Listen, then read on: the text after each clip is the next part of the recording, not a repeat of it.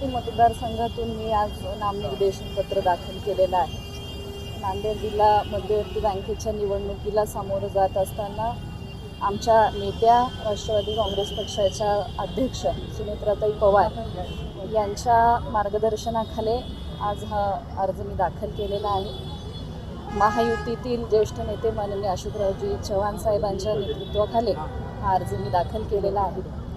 राष्ट्रवादी काँग्रेस पक्षातील सर्व ज्येष्ठ नेते, प्रदेशाध्यक्ष सुनीलजी तटकरे, प्रफुल्लजी पटेल आणि जिल्ह्यातील देखील सर्व आमचे सहकारी नेते या सगळ्यांच्या पाठिंब्याने आम्हाला निश्चितपणे विश्वास आहे की या निवडणुकीमध्ये आम्ही विजय संपादित करू.